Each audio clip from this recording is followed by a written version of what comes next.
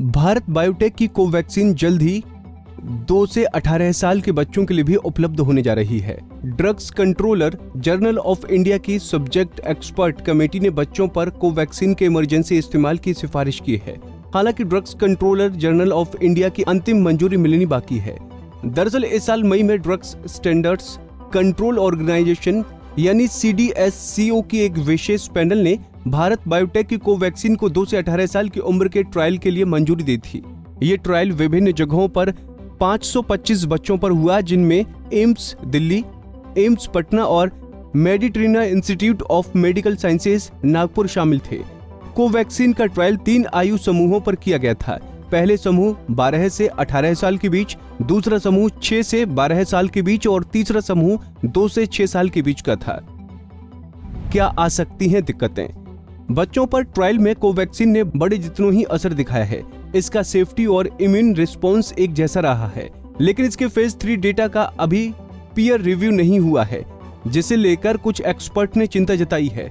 अभी कोवैक्सीन को विश्व स्वास्थ्य संगठन से भी मंजूरी मिलनी है।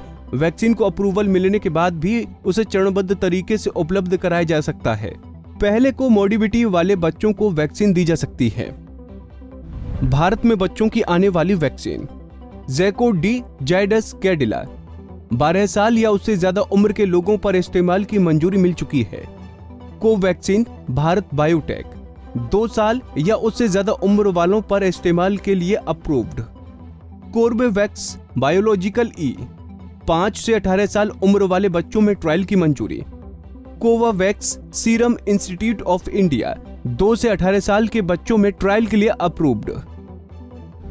दुनिया में किन किन वैक्सीन को मिली मंजूरी? Pfizer BioNTech vaccine.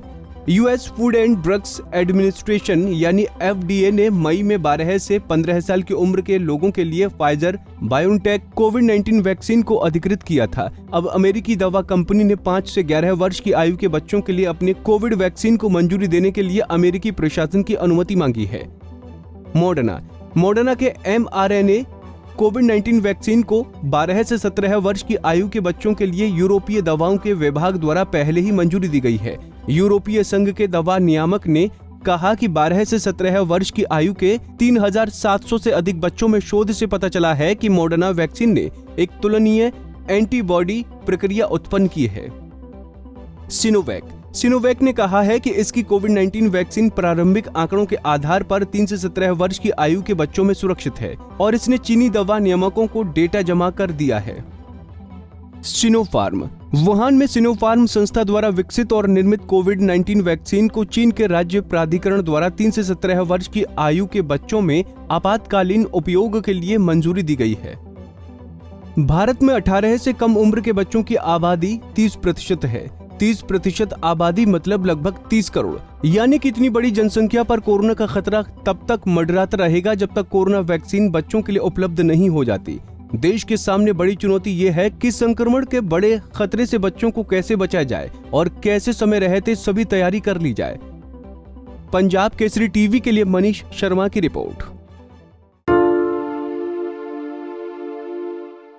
हमसे जुड़े रहने के लिए हमारे YouTube चैनल को सब्सक्राइब करें और नई वीडियो की नोटिफिकेशन के लिए बेल आइकॉन को दबाएं।